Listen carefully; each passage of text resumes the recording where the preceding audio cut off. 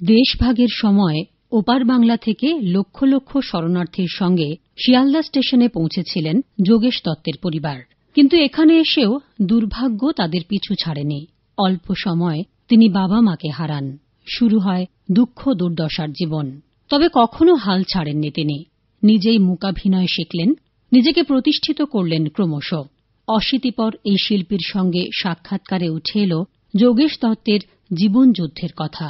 বাবা মারা যাওয়ার 10 দিন পরে মা হাই ব্লাড প্রেসারে মারা যায়। তখন তো ব্লাড প্রেসারের ওষুধ ছিল না এবং মায়ের 3 দিন কোনো জ্ঞান ছিল না। চতুর্থ দিনে মা চলে গেল আমাদের ছেড়ে। কোথায় যাব আমরা? তখন শালকিয়া থাকতেন আমার মামা, বিরাট বড় লোক, তখনকার ধীরেন মার্কা কলাই তাদের।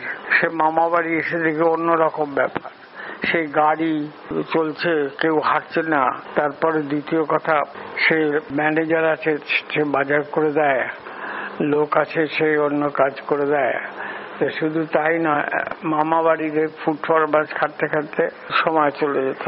তারপরে ওইখানে একটা স্কুলে ভর্তি হলাম, শালকিয়া হিন্দি হাই স্কুল, এবং পাড়ায় একটা মণিমালা ছিল, সেই মণিমালা যেতাম। একদিন আমি খেতে বসেছি, আমার ভাতের সাথে একটু ছাই। আমি ঠাকুরকে বললাম, ওখানে তো ঠাকুর রান্না করতো, ঠাকুরের ছাই দিয়েছো কেন? বলে তোমার মামি ভাই বলছে দিয়ে দিতে, ছাই দিয়ে দিতে, তুমি নাকি ভাত খাওয়ার উপযুক্ত না। তা আমি সেই রাত্রেই 3টে টাকা নিয়ে বাড়ি থেকে পালিয়ে এলাম। হাঁটতে হাঁটতে এসে গেলাম হাওড়া স্টেশনে। হাওড়া স্টেশনে দেখি প্ল্যাটফর্মে একটা গাড়ি দাঁড়িয়ে আছে, সেই গাড়ির মধ্যে উঠে শুয়ে পড়লাম। ভোরবেলা উঠে দেখি গাড়িটা ছেড়ে দিয়েছে। আমি জিজ্ঞেস করলাম, এটা কি গাড়ি? একজনে বলছে গাড়িটা যাবে ভাগলপুর। বসে আছি, কিছুক্ষণ পরে আবার একজন বলল, তুমি কোথা থেকে এসছো? আমি মিথ্যে কথা বললাম যে আমি বাংলাদেশ থেকে এসছি, আমার বাবা মায়ের কাটতে ফেলাইছে। ভদ্রলোক মায়া হলো, আমাকে একটা টাকা দিলেন, বলে এইটা তোর কাছে রাখ। তার কিছু পরে একজন কন্ডাক্টর এসে আমার কাঁধ ধরে নামিয়ে দিল, তোর টিকিট? আমার টিকিট নেই। বলে তাহলে নাম। যে জায়গাটার নাম বলো, সেই জায়গাটার নাম হচ্ছে রামপুরহাট। রামপুরহাটে নেবে বাঁদিকে স্টেশনের বাঁদিকে যে শহর, হাঁটতে হাঁটতে একটা জায়গায় গেলাম, গিয়ে দেখি একটা রাস্তা 3টে দিকে চলে গেছে, বাঁদিকে একটা, ডান দিকে একটা, সোজা একটা। আর মোড়ে একটা চায়ের দোকান। চায়ের দোকানের মালিকের নাম হচ্ছে গুলটন। বলে কি হয়েছে তোর? আমি পাড়ায় আছি। ওনার আমার উপর দয়া হলো, বললো কাপ প্লেট দিতে পারবি, চা দিতে পারবি? হ্যাঁ। উনি আমাকে একটা বড় সিঙ্গাড়া দিলেন। সেই সিঙ্গাড়া আর 1 কাপ চা খেয়ে রামপুরহাটে কাজে লাগলাম চায়ের দোকানে। ছাত্র জীবনে আমি ব্যঙ্গ কৌতুক করতাম। তখন এত নোংরা হাস্যকৌতুক হতো যে মা মেয়ে ছেলে একসাথে বসে দেখতে পারত না। তখন তারই প্রতিবাদে আমি করেছিলাম এক্সপ্লয়টেশন অব রবীন্দ্রনাথ। রবীন্দ্রনাথ কি শান্তিনিকেতন করতে এসেছিলেন, কি শান্তিনিকেতন হয়েছে। তারপরে আরেকটা করেছিলাম আমার ডায়েরির একটি পাতা, সেই ভেজাল তেল খেয়ে সে বেহালায় চোখ অন্ধ হয়ে গেল।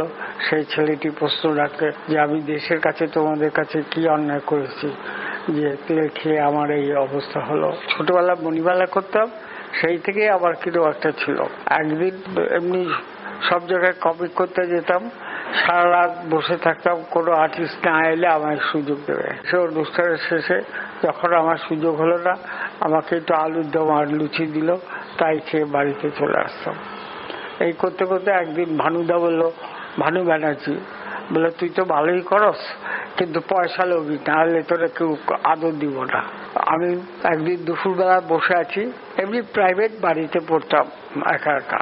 লেকে দেখি এই যে লেকের কাপল যায়, তাদের অঙ্গভঙ্গি দেখে বোঝা যায় কে উড-বি কাপল, কে লিগাল কাপল, কে ইলিগাল কাপল, কোনটা ফ্রাস্ট্রেটেড কাপল। তখন আমি ভাবলাম কথা না বলে শুধু অঙ্গভঙ্গির দ্বারা যদি আমি কিছু করি তাহলে কি হবে। তখন আমার বয়স হচ্ছে 15। তখন তো আবার কত বন্ধু বান্ধব চেনাশোনা কলকাতার লোক নেই। সুরবানি বলে একটা স্কুল আছে, তখন খুব বিখ্যাত ছিল। সেই স্কুলে সব আর্টিস্ট আসছে, হেমন্ত দা, মান্না দে, তারপর মানবেন্দ্র মুখার্জি, শ্যামল সবাই ক্লাস নিত। ওইখানেই আমার সাথে সবাই আলাপ হয়। তারপরে হঠাৎ আমি তাকে একদিন বললাম, তার যে ভদ্রমহিলা যিনি, আমি বললাম ক্যারি তোর ড্রেসিং টেবিলটা আমার একটু ব্যবহার করতে দিবি। বলে তুই আবার ড্রেসিং টেবিলে কি করবি? তখন আমি ওই দরজা বন্ধ করে প্র্যাকটিস করতে আরম্ভ করলাম একটা মেয়ে ড্রেসিং টেবিলের সামনে কিভাবে সাজে।